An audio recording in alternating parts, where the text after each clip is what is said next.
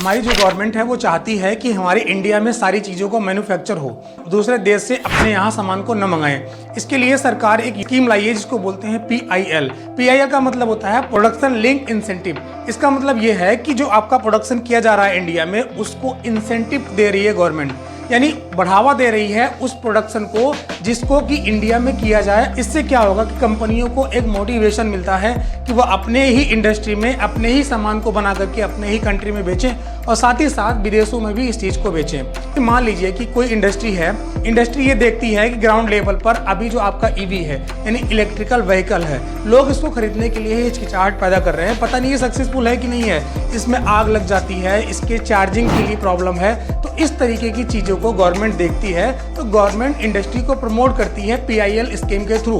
वो कंपनी बहुत मात्रा में यानी ज़्यादा मात्रा में उस EV यानी इलेक्ट्रिक व्हीकल का प्रोडक्शन करता है, जिसकी वजह से छूट देने की वजह से गवर्नमेंट के उसकी प्राइस को मार्केट में उतार करके वो सस्ता कर देते हैं, जिसकी वजह से जो कंज्यूमर है उसको खरीदने में आसानी होती है।